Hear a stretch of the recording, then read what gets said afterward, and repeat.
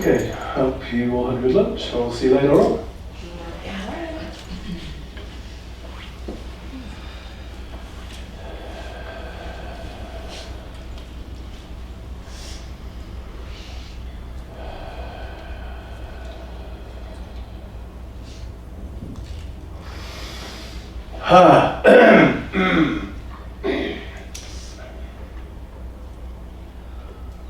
Yes, it's me again.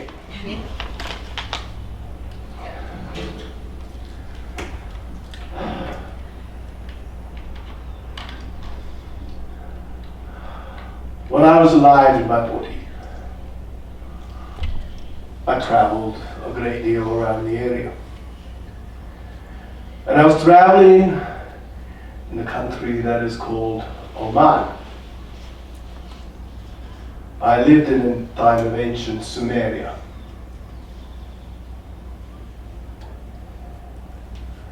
In my day, you could go to a village,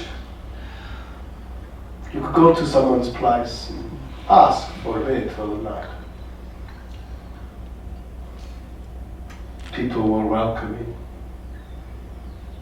They welcomed you as a family member. They would feed you, they would talk with you. So for that moment, you were part of them. I passed through this village. Things had not been well for this village. There had been a drought. There had been some disease. The ground was dry. A lot of the animals were like skeletons. Many people had died of the diseases. So I heard many stories of hardship,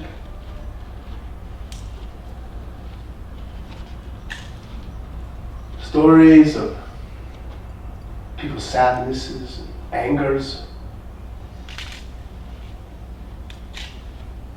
I heard so much negativity, fear, concerns.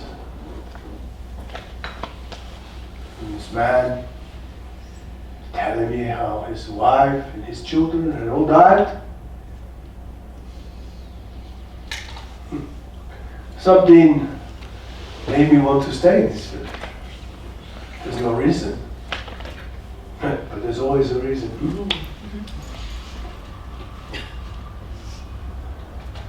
I wasn't counting days, I just stayed and went when I went.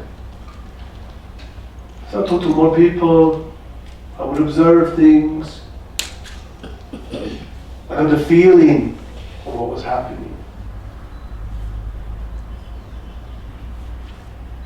And all I could feel was like this sense of the destruction of the soul of the place. This despondency of people, the heaviness. The drought had finished a long time ago. The disease had long gone. And yet people were living in a drought. It was a different sort of drought. They were living in a disease, but it was a different form of disease. They were walking around with their eyes closed, and because of that they could not see what had changed. Because they could not see what had changed, they were still locked into their own idea of what had happened. They were locked into their own suffering. They were locked into an old story. When you stay locked into an old story and you're no longer a character in that old story, how can you be in that story?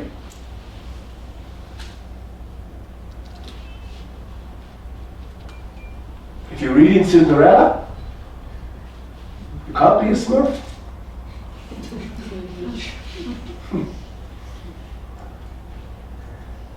Anyway, I observed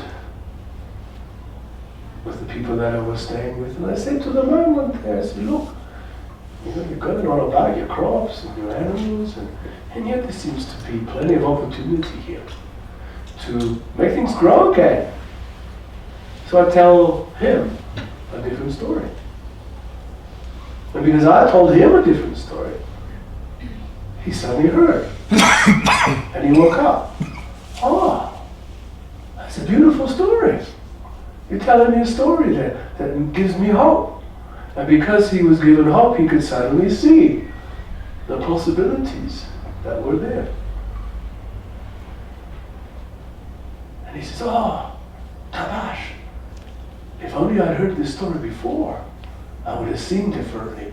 I would have known differently. I would have experienced it differently. And I said, well, the story's always there. But you have to listen to your own story within first, before you can hear other people's stories. And the man who came to me, who lost his wife, his children, I said to him, I've been watching you hanging out with that lady down the road with her kids. She's a widow. I can see she's making woman eyes at you.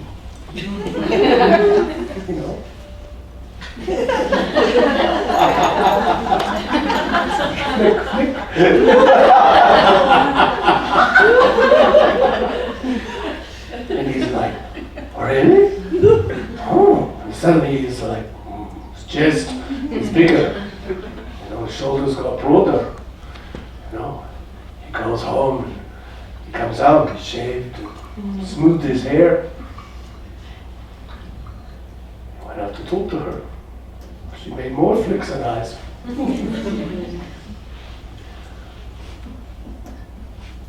Isn't life interesting? And I was thinking to myself, and when I had left that place, did God send me to this place to tell people a different story?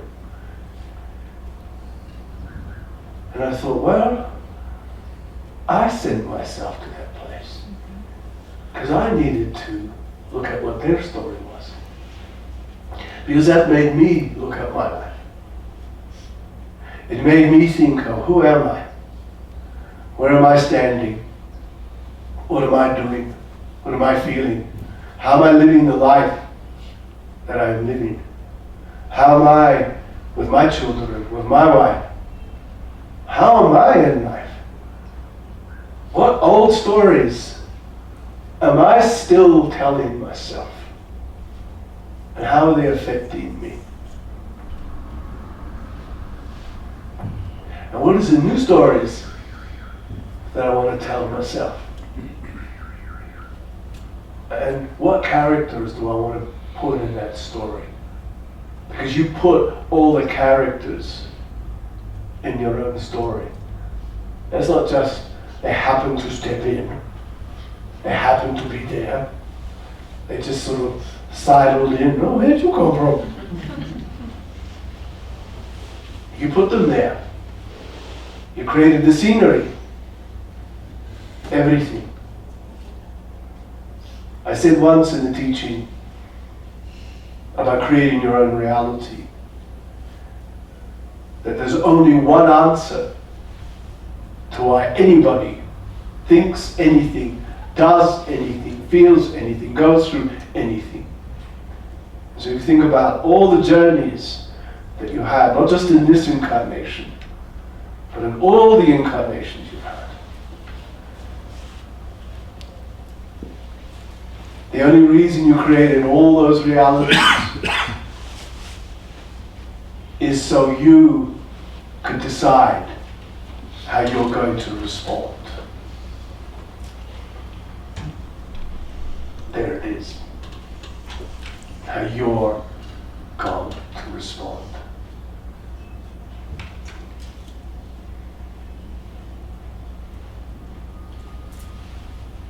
I love the way you respond to Andrew's passing. You've realized Andrew hasn't died. Andrew's alive. He still has a first-class life. You take him everywhere. You're still bugging him.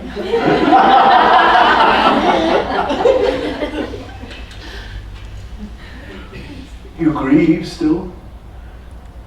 You still miss him. You still cry for him. You still wish he was with you. But you also get it. And so what you've done is you kept him as a part of your story. But he's just had to change his role. So he just has a different role to play. Oh, sorry man, you can't do that anymore. You have to do this now. Oh, but I like that role. Do I get more money?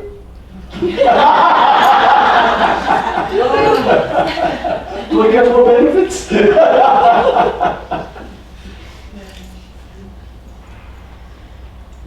That's love. But that's life and that's the story. Because you've all decided consciously to be spiritual beings consciously. You have to look very carefully at the way you tell your story. For being God consciously is not a random act. It is not something that you do once in a while, every so often, once a week, or when you get around to it. It's what you think and what you feel and what you live and what you breathe and what you do.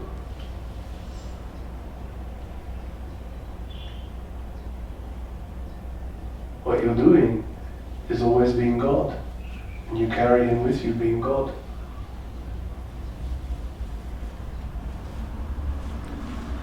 This is a time to be authentic, genuine, real, aligned.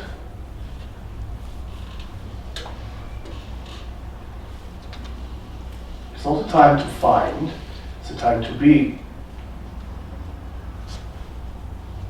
So you lay before you this time that you're here.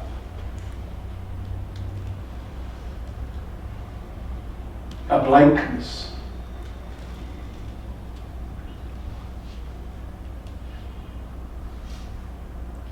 And before that blankness, or on that blankness, is to be placed your intentions. And that intentions is an agreement that you make from the God that you are to the God that you are to be more of. For all of you have gone from being human in your nature to now being God in your nature. And now you go from being God in your nature to being more God in your nature. That's why we said before, you do not have a lot of karma that you have to work through, because you've done that. So once you've done that, the platform changes. When the platform changes, the vibration changes, which means, in the terms of human nature,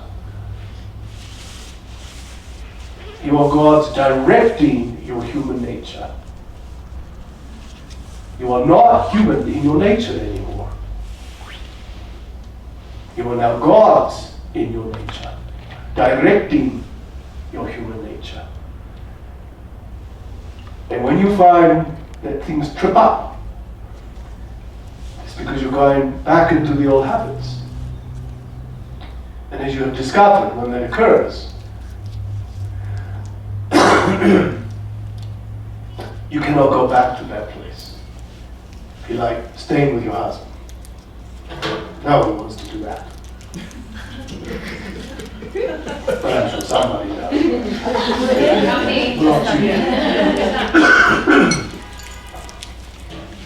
Because the person that married him is not the person that you are now. It's a complete different frequency, vibration, thought process. Everything about it is completely different. And as you know, I know, you even wonder now why, how you could ever put yourself into that position in the first place. And even before you even made an alignment with him as a marriage, the warning signals were going strong. hence paying attention. Everybody gets warning signals. And if you commit to something, or you had a warning, it doesn't mean you made a mistake. You just decided to create that reality so you could look at what your responses were going to be.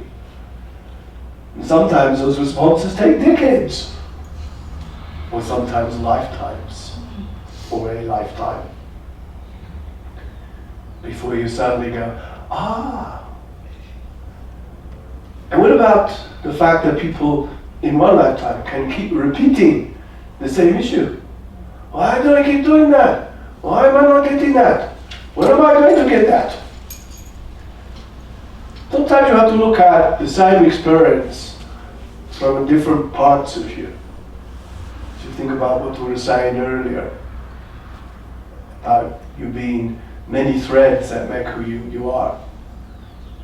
So you have one thread of you from one dimension that will look at things. And then you'll have another thread that will look at it from a different perspective.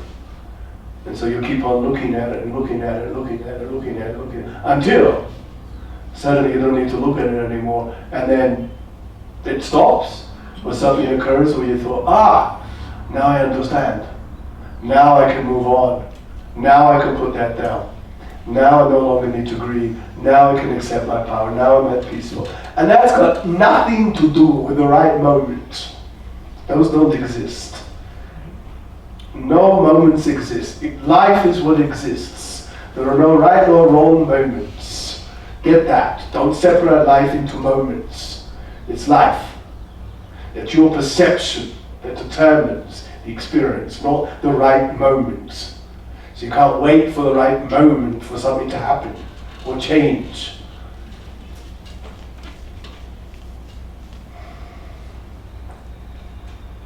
When you get it, then you know that the cells that will assist you will automatically step in to support your system. And you don't even know that they're doing it. What you do is you just get a feeling of something, or you just feel the strength, or feel the power, or feel the opportunity.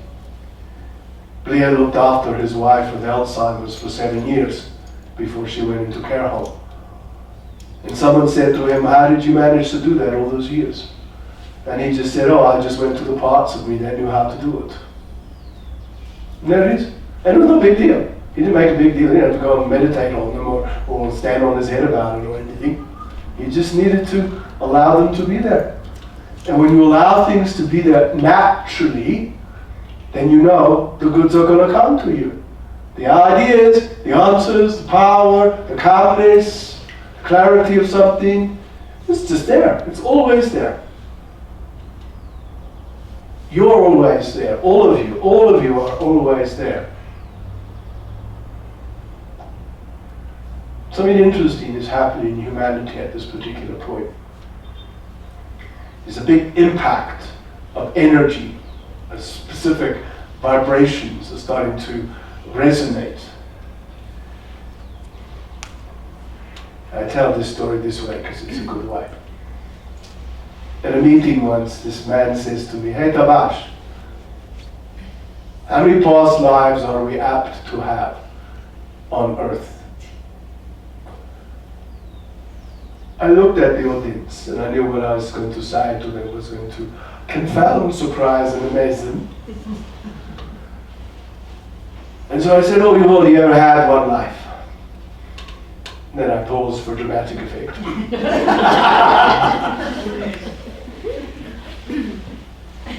But then I said, "But you've just done it in lots of bodies." So you can imagine right now, you're presently at the front of a line, of a very long line of people you've been. So you can imagine when you look behind you, you can imagine this long line of people that go off into history, and you've been all those people. And so mostly subconsciously what occurs is that you get influenced by some of those individuals. That's where you can draw information from. An idea can come from some of those, or a talent, and aptitude, clarity. So you're drawing from yourselves all of the time. You people often say, oh, my guides are talking to me, or my guides are giving me this information. Sometimes that's correct. A lot of the time, it's actually you drawing from yourself. So you're just going to parts of you that know how to do that, or have confidence and courage, you see. So what's actually occurring for so many people is when they look behind them now, they don't see anybody. It's just a big blankness there. They just see the view. And why this is because all of that is now in you. So it's just consolidated into one point of consciousness where you just carry everything. And therefore you're able to access everything. Now this is going to make a lot of sense to you when I say this. So when you look at your day-to-day lives, what are you actually doing? You're channeling yourselves. That's what you're doing. You're channeling the selves that you've been. So you have this relationship going on with your collectivity. So you can't just say, oh, I'm just channeling one dimension of you. I'm actually channeling all of my soul. So I might use Jill for half of the day, and I'm going to use something else. You might use, well actually you do, use a Chinese lady that you've been. And often when it comes to your ability, your compassion, and your ability to heal and to just see people's energies and feel things, because she was so able to actually do that. So you often channel an American Indian woman from a tribe of Dakota, and she was a shaman, she was a female shaman. But she was a powerful observer. She could stand her ground and watch. And she was like, I'm scary, don't muck with me. Which is your abilities, you know? So you think it's your shyness?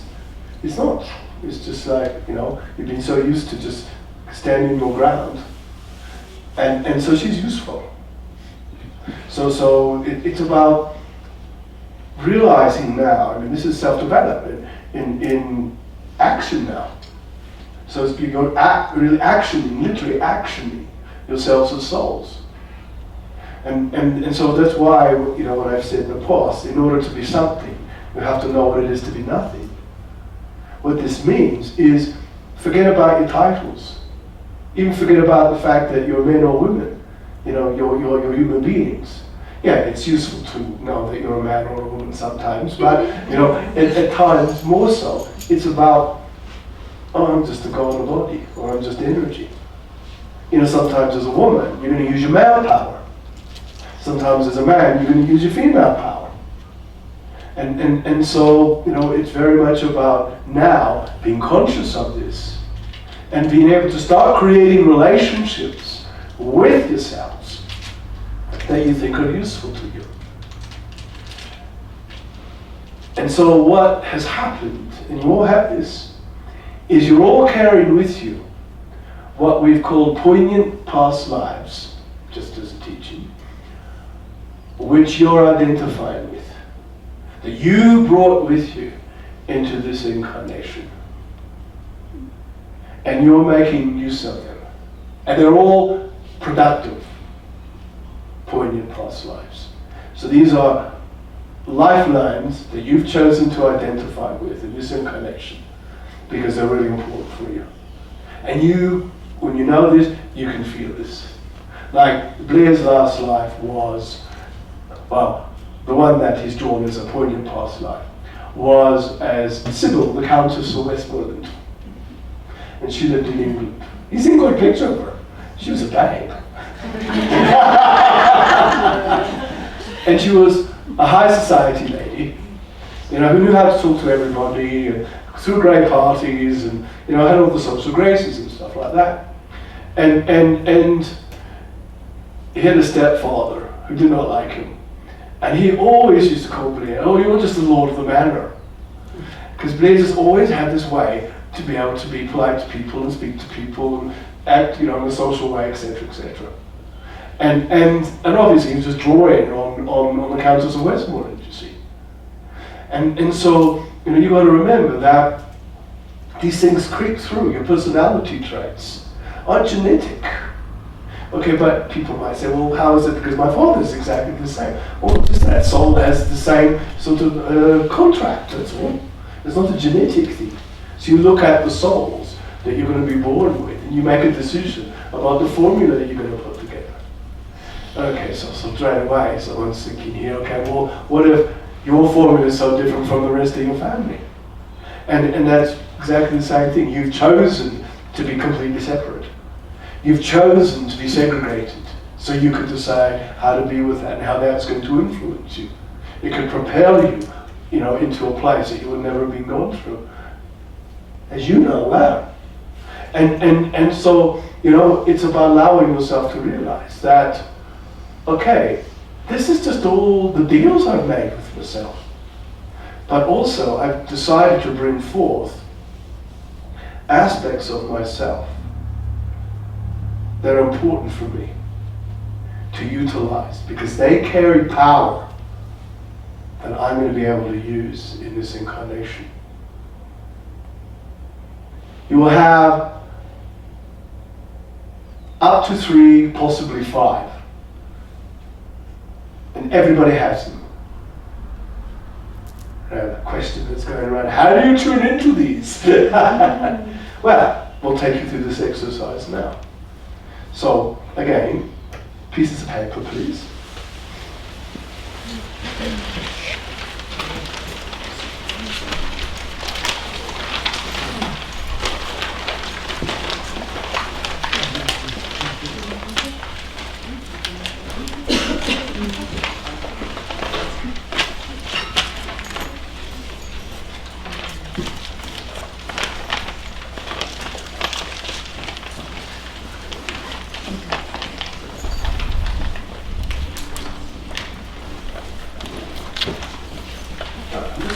Couple of minutes just settling you into the energy of this.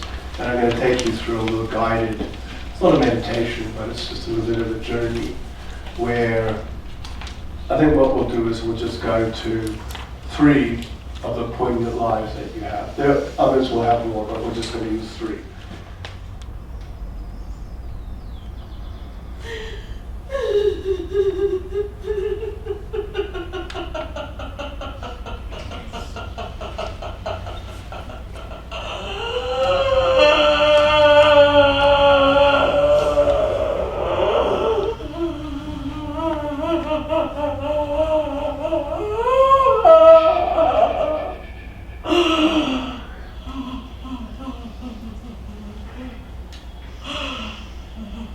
And now say the word, I accept.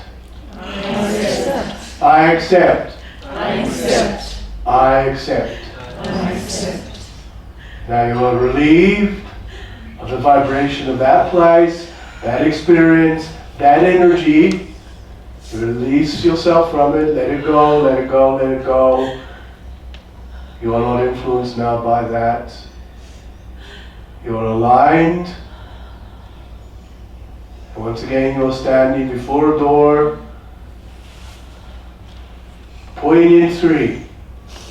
Just before we move on, I'm just going to do a little prayer that I want you all to repeat.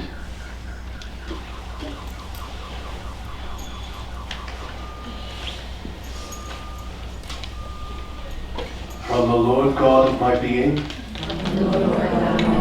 I now choose to be totally liberated. Mind, body, and spirit.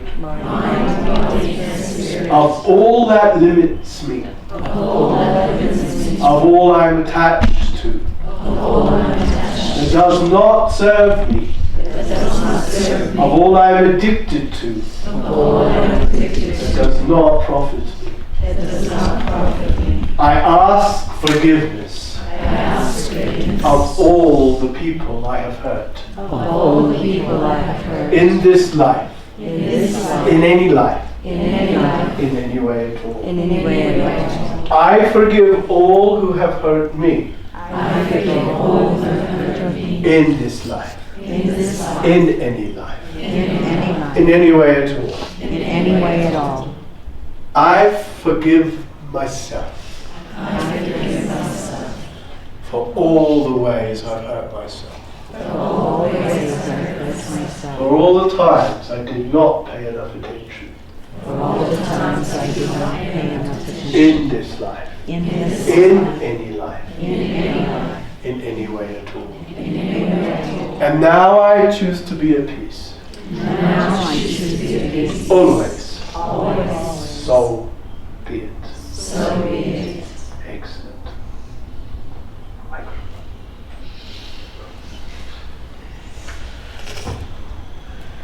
Now we're going to share. Remember, whatever you saw, whatever you felt, whatever you didn't see, whatever you didn't feel, it was still something you made a decision about. It was still something poignant to you. For those who didn't get the visions and the feelings, etc., it's all there. Everything has meaning. And this is the very interesting thing about being a multi-dimensional energy. When you choose your lifetimes, you're bringing in this massive formula of opportunity. You're bringing in the formulas that give you the chances that you want. You're not bringing in formulas just to resolve issues. So this planet and its energies, etc. It's not a place where you come here to resolve. It's not a place where you come here to fix things. It's not a place where you come here to heal. It's a place where you come here to love and to be creators. That's how it's always been. But of course, in human nature terms, human nature rather turns something beautiful into something dangerous. So what you're doing as developing gods is moving away from danger. So you decide, I don't want to walk through the minefield anymore, I don't need to do that. I'm walking through the clarity, I'm walking through the places where there's no more danger. And you've made so many things dangerous, you made your own selves dangerous to yourselves at times. A long, long, long time ago, in this incarnation, you stepped away from that. You stepped away from the danger. That's why you're here. That's why you're doing what you're doing. Because you stepped away from the danger.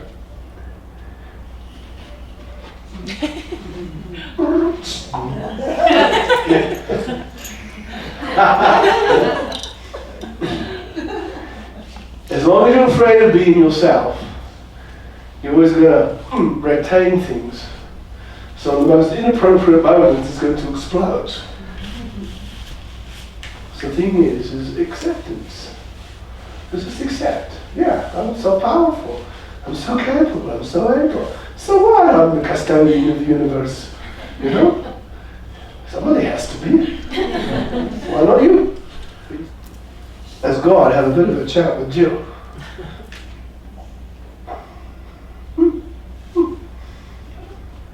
No, I just felt like moving the hand.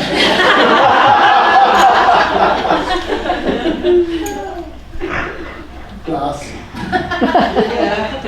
Right. Good. Okay, everyone up. Rolling around your sister. Just give it a laugh. Thanks, guys. Yeah, we're all going to chant the word love, right? 3 times. It's going to get a bit hot in there, Jill. That's good. Okay, I'll count to 3. We're all going to just chant the word love. Okay? I'm going to do something which is very interesting. Okay, 1, 2, 3. Love.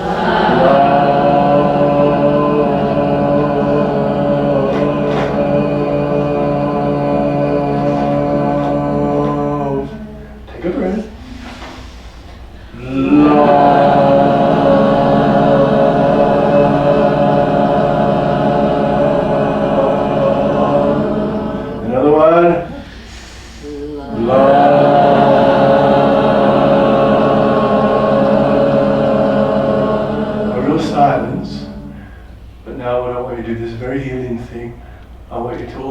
way clockwise.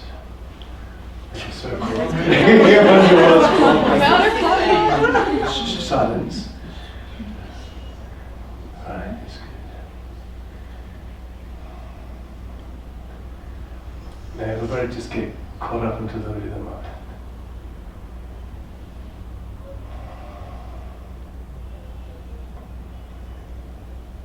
Yes, good. This is holistic pulsing in collective mode.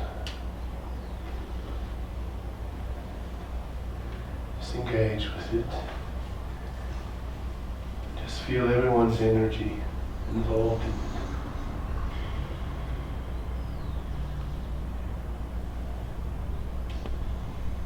Let's just move a little bit faster with this, please.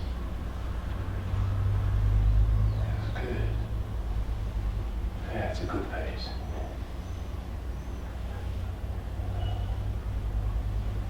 Now let's all just absorb what we're creating here. Like one big galaxy working together. We're a collective consciousness pulsing together. We're a sound, a feeling, an energy form working together.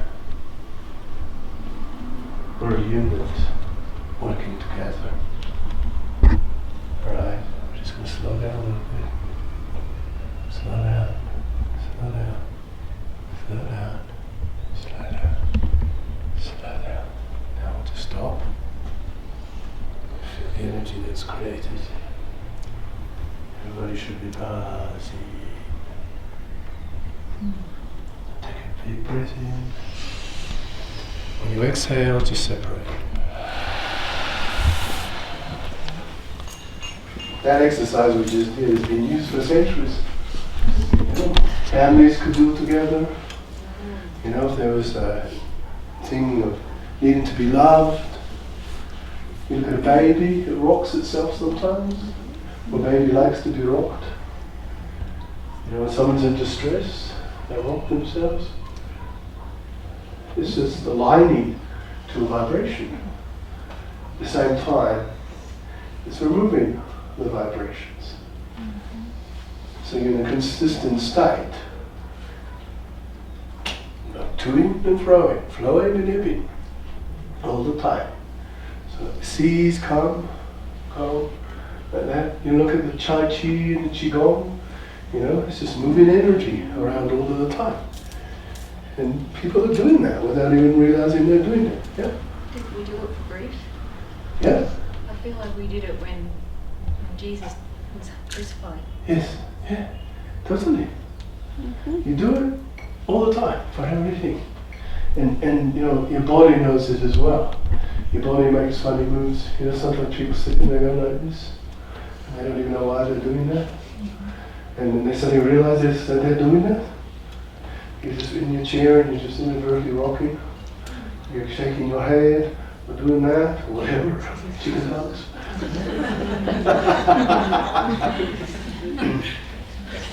So the whole idea, of course, is that you become conscious of doing these things rather than not conscious of these things. When you're conscious of doing something, there's conscious power that you're aware of. So when you're conscious of a power, then you can direct that power consciously rather than see what happens or, you know, go with the flow stuff. It's like, no, I'm powerful, I feel it, I'm enjoying this, now where do I want to put this power?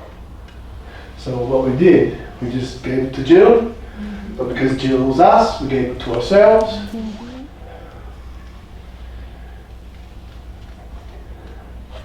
There isn't any circle anymore. There's no line anymore. It's just where you're standing. So everything's taken on a whole different form. It's that state of nothingness. It's a state of beingness. You know, someone once asked me the question, what does enlightenment feel like? My reply was, it feels blank. It's a nothing feeling. You don't actually feel anything. Which of course people are surprised because they expect to feel great joys and skyrockets going off at night and stuff. And I said, well, In human terms, I suppose the best way I could define it is, you just know everything. You seem to just be in a position where you would know what to say, you would know what to do, you would know how to carry your issues, you would know what steps to take, you would know how to support. But you wouldn't know it, or think it, or feel it, or accept it, until you needed to do it. So to that point, it's just a blank. So it's really acceptance again. Well, I accept. It is. I'm God, or source. Life is. It's here. It's not going anywhere. You know? So you should never have to ask too much when you're talking to source or the guidance that you believe you work with, or even yourselves. Before you do ask, maybe you should just sit in silence for a moment. Or maybe I'll just be. I'll just experience my nothingness for a moment. If you're aligned with yourself, you should actually be able to know exactly what to do from that point. Alright, you want to have some repast? What do you call it? Afternoon tea? Break. A break. Oh, you have to have a break. That's all right, I won't do that. Don't kick it. Okay. Imagine that we're walking through a forest. Imagine the beautiful sky above, the blues, the yellow of the sun, the browns of the barks of the trees, the vines growing on them, all the different greens as we walk through. You will be greeted now by someone who is a wise one, who will remind you of what this life is all about.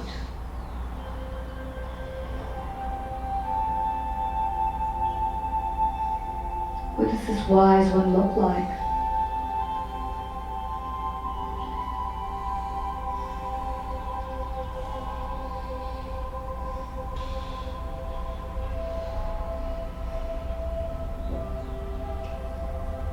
What does he say to you?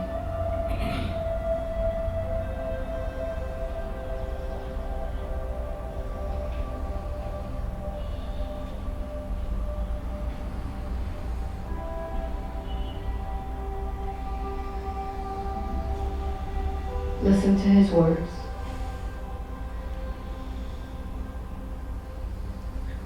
I stand before the vision of myself.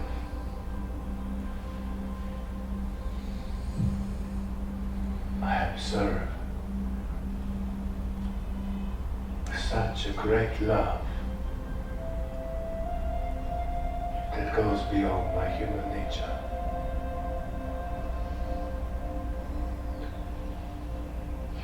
I observe with all my authenticity how I see myself.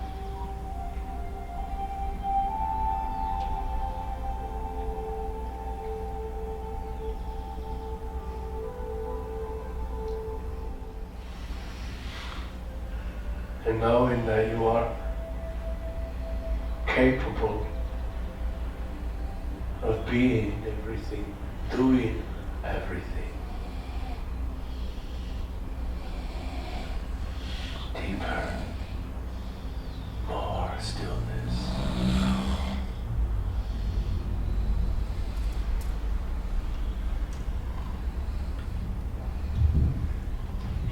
From the stillness, you're able to access all of the information of the universe. From this stillness, you are connected to all that is.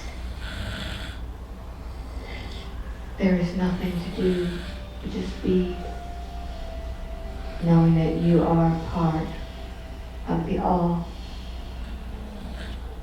You have access transformation that has ever been or ever will be. Leave behind anything that does not serve you and begin to walk through the mist once again. And as you're there, we're going to begin to hear something in the distance. Perhaps it's like a chanting. Perhaps you can hear the drums in the distance.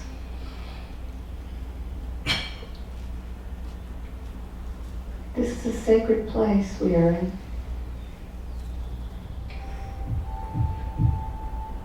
You hear the beat of many drums.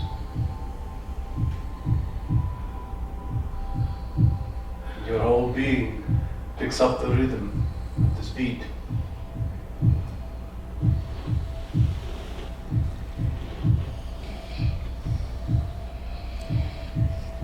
And you're surrounded by these warriors.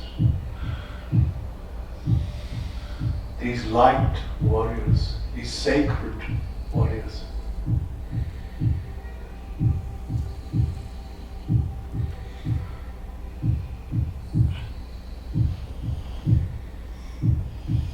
As you pick up the beat,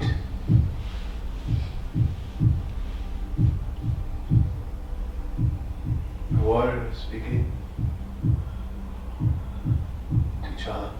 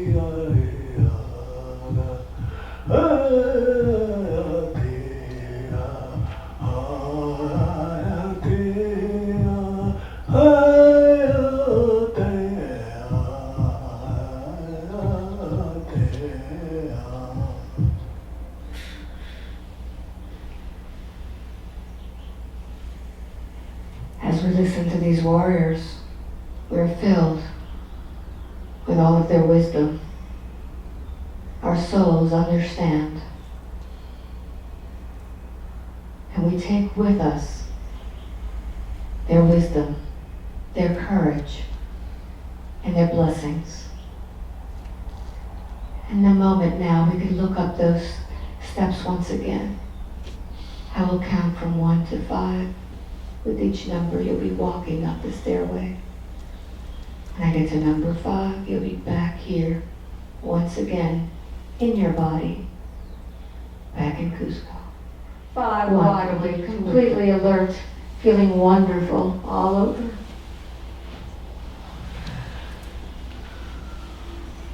Welcome back.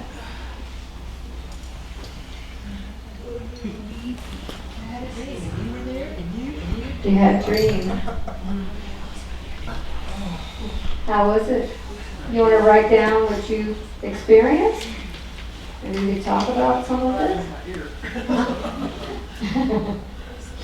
We could talk about some of this? Yeah? Yeah. Beautiful. Thank you so much. Do you have any thoughts on this? Of course. Of course. Oh, you want to share? Yes.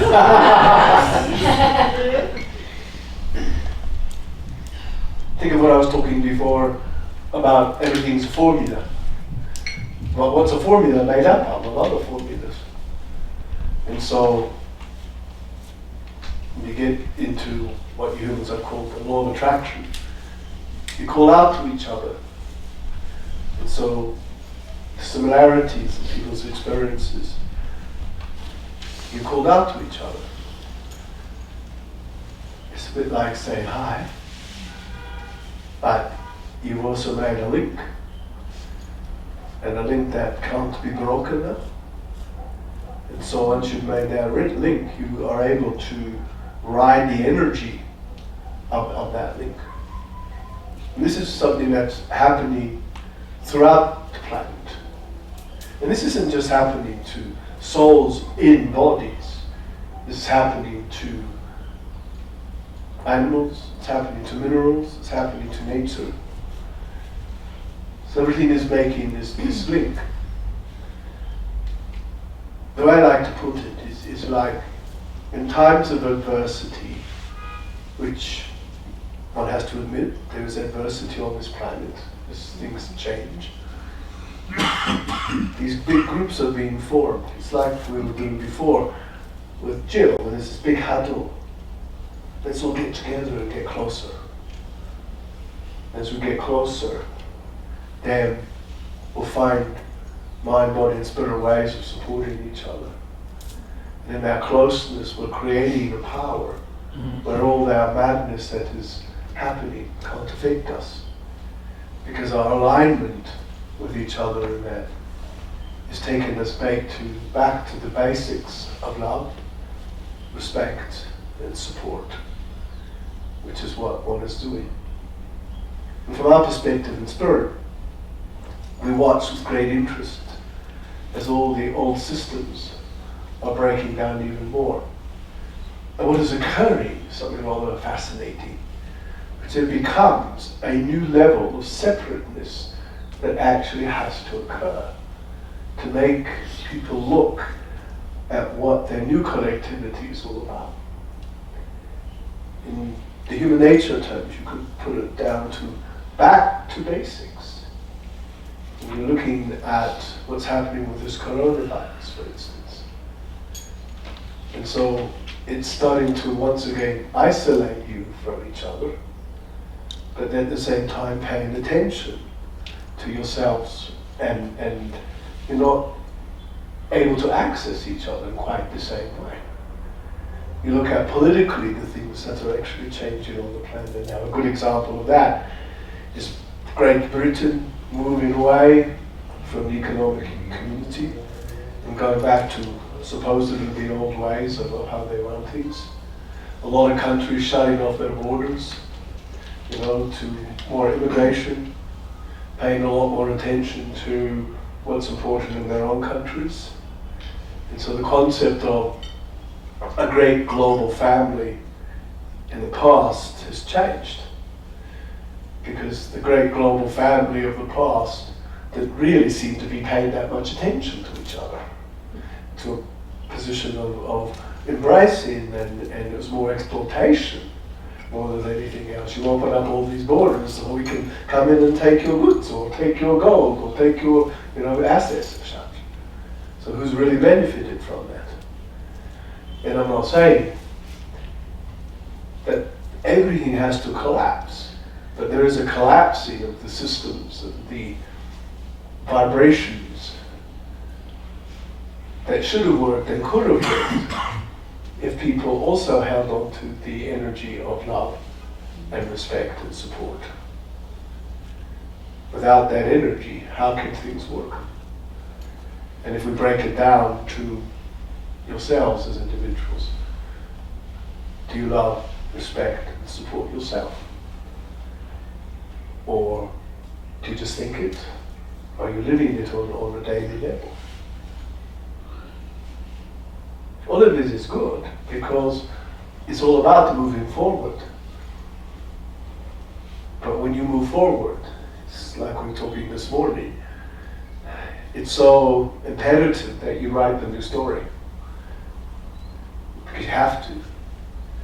You're in a whole different way of thinking and feeling and being. The story's been written within you. Now you have to play out the story. You turn it into a performance now.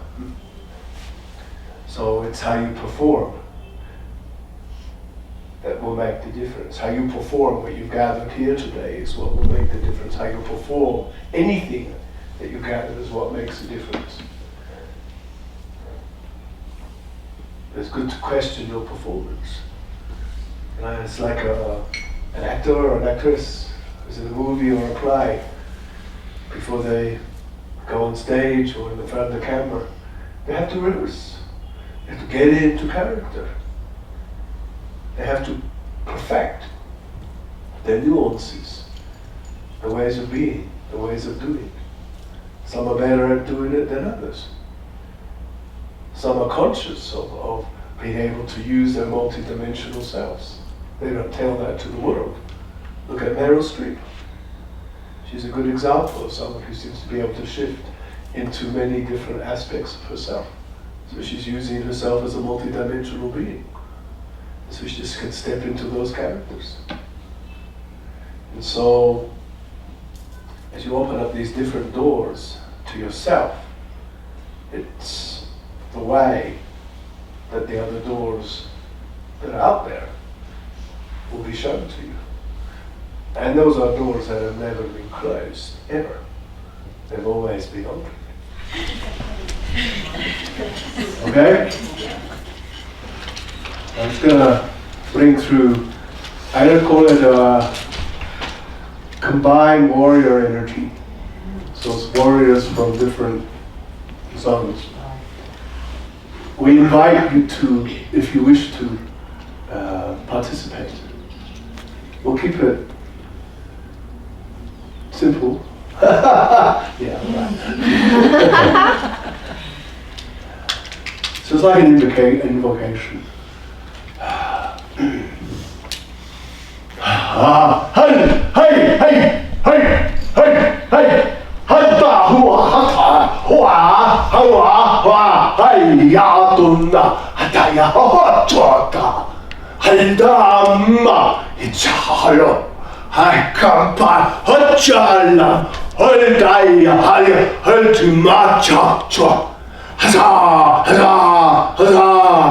Hey, tu patica peta, angiozza, petate, e cicapa, holda, e potuccia, hit, hey, ma, hit, hey, tahita, hey, maticopa, hey, maticopa. Hey, maticopa, hey, ati, hey, ata, hey, to my pa, hey, to my pa, hey, to my po, ata, hey, sahala, sahala, holma, hata, hey, cha, hey, to, sahalia. Ashara, and told Maria, I love Salo, I love Salo, I love Salo, Salo, I Salo, I Salo him, Hello, hello, Tatama, hey tamate, hey matea, hey matao, hey mato, hey toba, to, hey kaba, hey tiaba, hey la mahasha.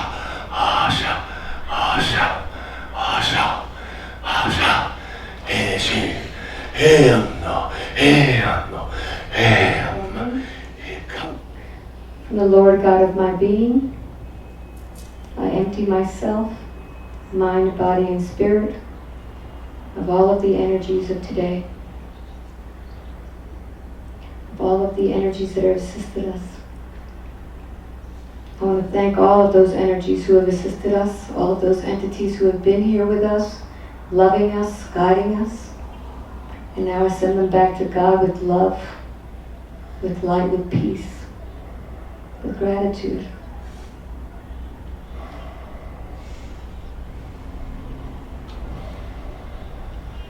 Thank you.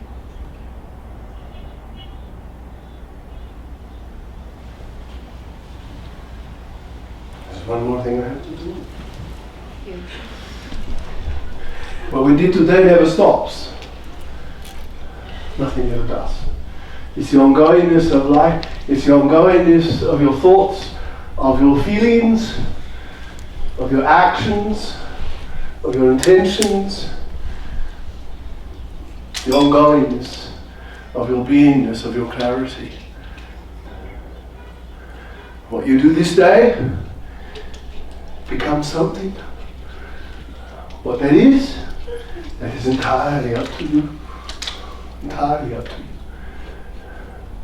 Make your connections. Some may be tenuous, some may be strong. Whatever they are, as we said this morning, you will never lose this. Because nothing is ever lost. It is always there, as we are always here. Blessings. We love you.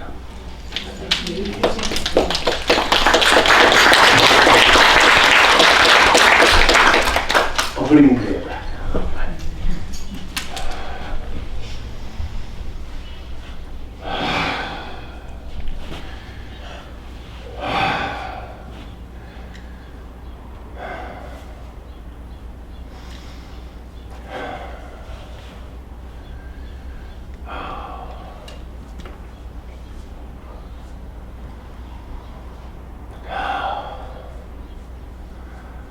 Hello.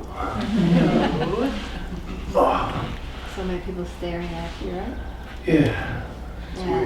weird. I'm quite a shy boy. So, I think this is all. You are? Yeah, I'm off. You're off. Yeah. So did everybody have a good time? Yes. Was this what you expected? No. Wasn't what I was expecting either. Well, I wasn't expecting it either, so this is all.